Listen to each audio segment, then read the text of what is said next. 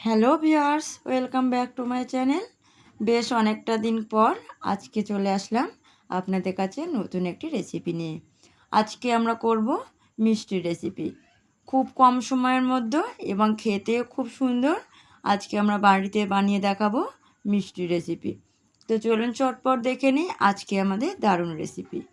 তার জন্য ফার্স্ট আমরা এখানে 2 চামচ ময়দা দিয়ে দিলাম, তারপর দিয়ে দেব প্যাকেট গুঁড়ো দুধ, যে 10-এর প্যাকেটগুলো হয় সেই প্যাকেট গুঁড়ো দুধ দেবো 1 প্যাকেট। এরপর দিয়ে দিলাম বেকিং পাউডার, দিয়ে দিলাম বেকিং সোডা, দিয়ে খুব ভালোভাবে এগুলো আমরা মিক্সড করে নেব। আমরা মিষ্টির পরিমাণটা অল্প করব, সেই জন্য অল্প জিনিস দিয়েছি। আপনারা যেমন পরিমাণ মতো করবে তেমন পরিমাণ মতো সব কিছু অ্যাড করবেন। তো খুব ভালোভাবে মিক্স করে নিয়ে এবার আমরা এর মধ্যে জল দিয়ে এটা আমরা মেখে নেব। যেমন এটা মাখে ঠিক তেমনভাবে এটা আমরা রেডি করে নেব। তো এটা এইভাবে রেডি করে নিয়েছি, পুরো ময়দা মাখার মতো টাইট করব না, একটু নরম করব। এরপর আমরা কড়াইয়ের মধ্যে নিয়ে নিলাম 2 চামচ চিনি সিরাটা বানিয়ে নেব। তার জন্য এখানে আমরা 2 চামচ চিনি আর 2 চামচ জল অ্যাড করলাম। করে গ্যাসের জালটা আস্তে দিয়ে এটা আমরা চিনি সিরাটা বানিয়ে নেব। এর মধ্যে আমরা দিয়ে দিলাম গরম মশলা।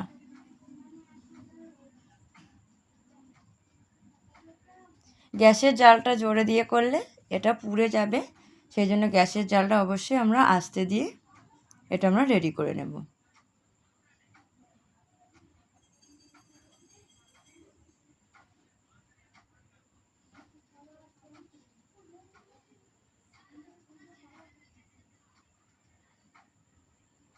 তো দেখতেই পাচ্ছেন আমাদের চিনি সিরাপটা রেডি হয়ে গেছে।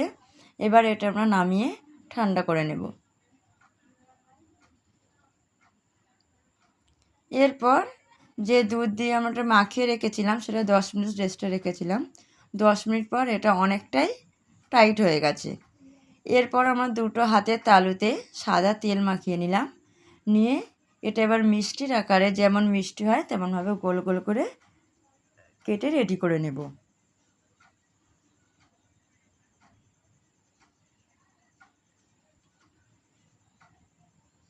তো এইভাবে আমরা পুরোটাই রেডি করে নেব। তো আমরা পুরোটাই রেডি করে নিয়েছি। এরপর নিয়ে নিলাম সাদা তেল। তেলের পরিমাণটা একটু বেশি রাখলে মিষ্টিগুলো ভাজতে সুবিধা হবে। তারপর আমরা যে লেচিগুলো কাটলাম সেগুলো এর মধ্যে একটা একটা করে দিয়ে দেব।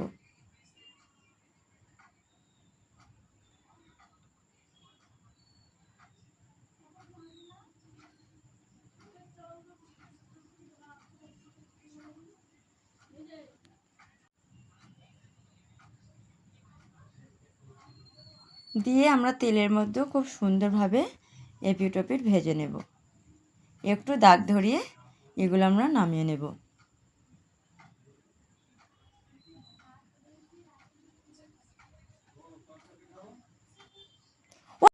তো এগুলো আমরা খুব সুন্দরভাবে ভেজে রেডি করে নিলাম। এবার এটা আমরা তুলে নেব।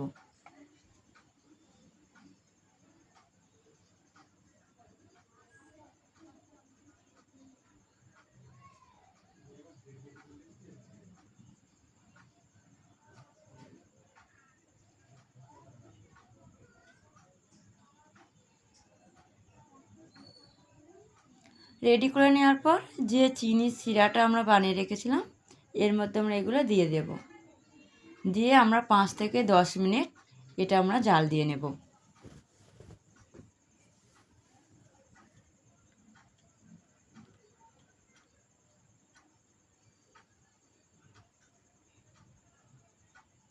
খুব ভালোভাবে জাল দিয়ে নেওয়ার পর আমরা 10 মিনিট জাল দিয়ে নিয়েছি। খুব ভালোভাবে বলতে আমরা চিনির সিরাটা খুব ভালোভাবে ফুটিয়ে নিয়েছি। এরপর আমরা ঠান্ডা করে প্লেটে নিয়ে নিলাম। দেখতে পাচ্ছেন রেসিপিটি কত নরম তুলতুলে সুন্দর।